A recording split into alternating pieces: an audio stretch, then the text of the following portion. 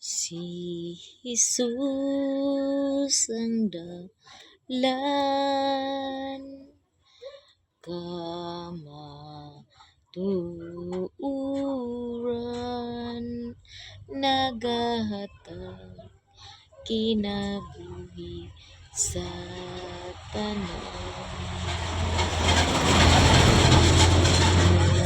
Alagad ako sa mga igsuon ko sa pagmatuod nga ako tinun-an mo.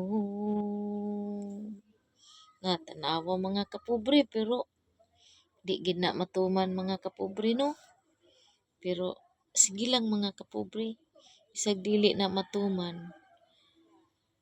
Kinahanglan nga nagitay patakaran sa atong kinabuhi mga kapobre. Una kanang di gid ta manglamang mga kapobre. Dili pud ta manglupig, kinahanglan nga kamas gid ta sa kaugalingon natong paningkamot mga kapobre. Kinahanglan nga mabusog ta kana gyud atong kaugalingong paningkamot mga kapobre ha. Hanggang dito lang muna ako mga kapobre.